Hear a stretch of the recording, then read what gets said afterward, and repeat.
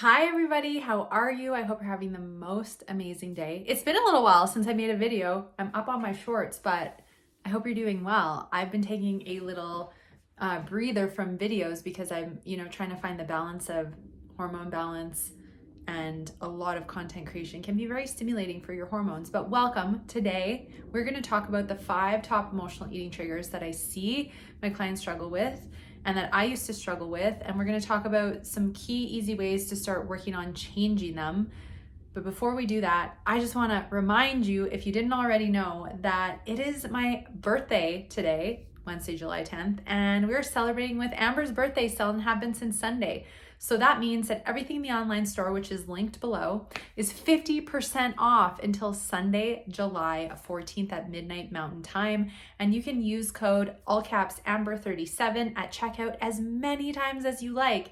There's everything from private coaching sessions to VIP half days that are 50% off, my membership, as well as emotional eating programs, hormone health programs, a new female hormone health workshop series coming in August that is 50% off, cravings, weight loss blocks, all kinds of things. So go do yourself some good and use the code and enjoy some shopping to support yourself to the journey of food and body freedom.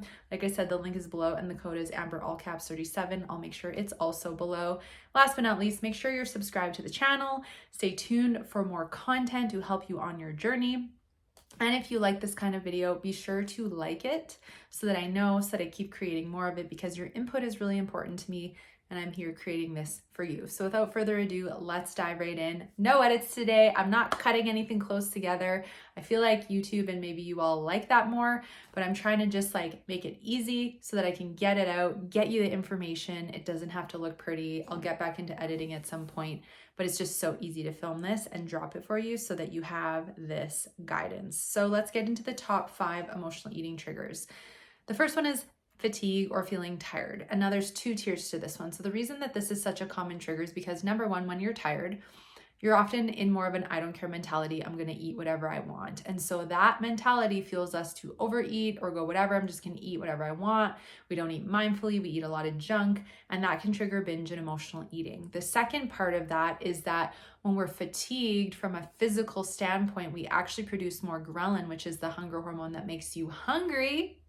And we produce less leptin, which is the hunger hormone that makes you feel full. So it feels almost like that hollow leg where you can just keep eating and eating and eating, and no matter how much you eat, you never feel full and satisfied. And that is part of that fatigue. And of course, as like a bonus, usually what's rooted below that is some kind of a hormone imbalance or something that's draining your energy. So where is the fatigue coming from? So what's very important about addressing the fatigue trigger? Number one, get your hormones tested. If you want to talk about that together, click the link in the description below to book a consultation. But it's imperative you get your hormones tested to see what's fueling your low energy. It's also important to look at, if you're putting yourself on the back burner, to start prioritizing your needs, your sleep, your nourishment. And of course, we want to work on mindful eating practice to help you be more present with food, because the more present you are, the more satiated you're going to be, the less likely you're going to want to be to overeat. The second thing is, with that I don't care mentality, what I want you to start asking yourself is what does it cost me to not care? What does it cost me? How am I going to feel when I wake up tomorrow if I let an I don't care mentality make my choices for me? And start journaling on that, reflecting on that. I think that's really important. So the second trigger, most common emotional eating trigger, is overwhelm. Okay.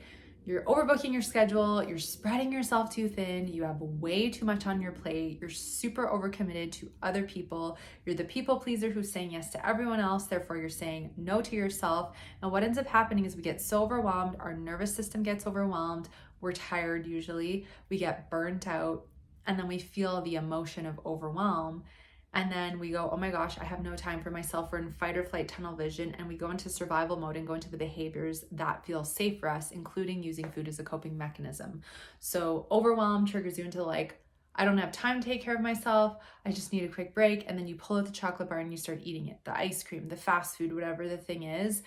And what's going to help you start to shift away from this trigger is actually doing the deeper work to start to understand that you must make yourself a priority to help you heal your relationship with food and be in optimal health, and you deserve to start making yourself a priority. Now, I know there's all kinds of self-worth stuff below that and limiting beliefs. And if it doesn't feel safe for you to make yourself a priority, comment below. Let me know what's going on for you. Let's have this conversation. And this is also where coaching could be really helpful, and you can click the link so we can connect to talk about that. The third trigger, this was one of my biggest triggers, was eating and watching TV. So essentially what happens with this trigger is when we're eating and watching TV, or we're distracted while we're eating, we're likely to eat up to 40% more, which is a lot. And I would put on a movie or put on a show and I would start eating my stuff. And what happens is you're not paying attention to what you're eating, and it's so easy to overeat. It's like I'd put my hand in the bag of chips and they'd all be gone. And then I'd be like, holy crap, like I ate all that already, and I'm not satisfied because I'm not focused on it. I'm focused on the TV. Therefore, I'm like, what else can I grab? What else can I grab? And then finally, I would get up and just feel so full and so uncomfortable. And so part of this is understanding that you're mindlessly eating. It's easier to overeat. And then you are a pathway in your brain, which as soon as you turn the TV on, it lights up to go, oh, you eat and watch TV. There's this association that is built and connected for you to do both at once. And so there's some dismantling here to do. And what I suggest for starters is to start setting a healthy boundary, which is I eat at the table and then I watch TV.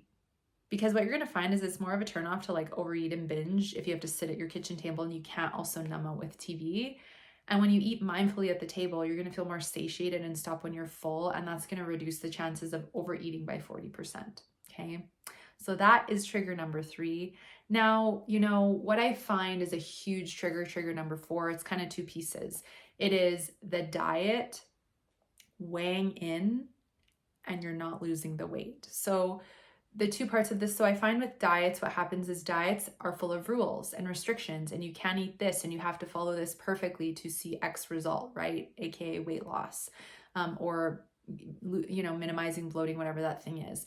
And so what's important with this is we need to understand that when we diet, we very much go into a perfection, all or nothing mentality and a restrictive mentality. And we end up with food rules and food fears and restrictions. And that skews the kind of relationship we have with food. It can overwhelm us. It can feel confusing. What do I eat? What do I not eat? I don't know what to do.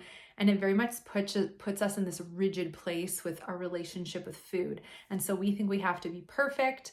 And then, of course, if we can't be perfect, then we're losing control. This is also part of trigger number 5 that I'll get into right away. But food rules and food fears will push us into an all or nothing mentality with food. And then when we restrict and it doesn't work and we don't get the result we want and the scale doesn't move, then we get frustrated, we get upset, we throw in the towel and we go, I'm going to go eat all the things I wasn't allowing myself to have. And we go into food rebellion, and then we binge or overeat, and then we gain more weight and panic and then try to go back on the diet cycle.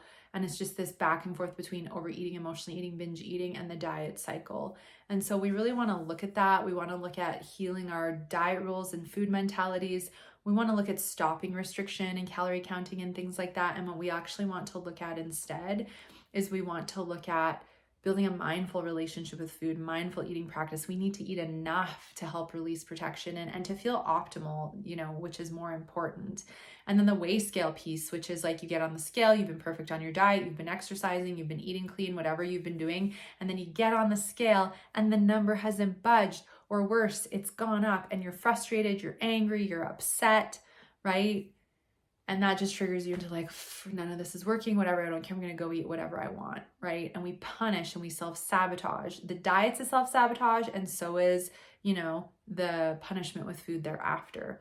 So it's very important that we start to build self-love and self-worth and stop putting our worth in the number on the scale, and that we heal our relationship with food in our body, claim our worth, and that is going to help clear all of this out that I've just mentioned. Now, the 5th trigger is truly the all or nothing mentality with food. And this is birthed through diets, restriction, perfection, like thinking. And essentially what happens with this mentality and why it's such a big trigger is because you're so rigid in your mind. There's this deep perfection that is like, I have to eat perfectly in order to reach X goal, or I have to eat perfectly for fear of losing control with food or for fear of losing control with my weight. And so what ends up happening with this is you have one little indulgence. I used to do this all the time. I specifically remember eating one chocolate, and then the negative voice in my head that I like to call the ego was just like, you messed up, Shame on you. I can't believe you did that. You messed up your diet. Who cares now? The day is ruined. Go and eat whatever you want. And that would trigger me from all in perfection rigidity to all out, and I'd lose control and binge. Okay. And this mentality is going to keep us in the full restriction rigidity and then the fully losing control.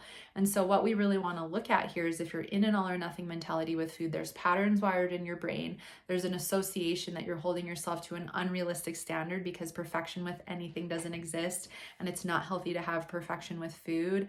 I'm a believer in balance, which is like, I want to eat nourishing food to like support optimal health. And I also get to enjoy a chocolate if I want it. And I have a balance that feels good for me. I'm not indulging in like processed food every day.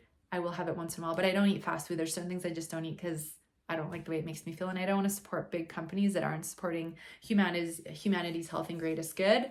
But we all have the choice. You have power of choice, but rigidity and all or nothing with food doesn't just show up in this area of your life.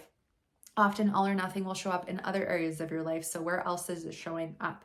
And we want to transmute all or nothing and perfection into balance and mindfulness, and finding, what is a good balance of mindful indulgence and nourishing your body because you love yourself, you want to feel healthy, and you stop using food as a punishment and a numbing and a coping, and you start using it as a healing, nourishing thing that is literally giving you life. So with that trigger, what I suggest is starting to write down, why are you in an all or nothing mentality?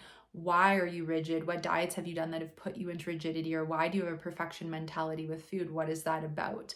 So those are the 5 triggers. Now, if you're struggling with this, if you're wanting support, I highly encourage you to book a consultation. It's complimentary. It's 30 minutes. The link is below. And this is where we can connect on Zoom. You fill out a quick intake. It doesn't matter where you are in the world, but we can talk about your triggers. We can talk about your relationship with food, body image, hormone health, gut health, your mindset, right? Your self-worth. And then I can provide you with some insight into the support and programs I offer and see if we want to go on the journey together.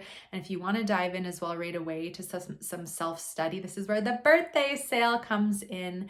And there's a Freedom from Emotional Eating 5-week program. There's Kick the Sugar Cravings. There's all kinds of things there for you to dive into that are now 50% off until this Sunday, July 14th at midnight Mountain Time. So make sure that you go check it out and gift yourself something that's going to help you heal your relationship with food in your body. Don't forget to subscribe. It really helps to grow and to reach more people and help you all heal to food and body freedom. And make sure you like this, leave a comment. What did you take away? What did you learn? Which trigger comes up the most for you? I would love to hear and love to support you however I can. Thank you so much for joining me today, and we'll see you again very soon. Take care.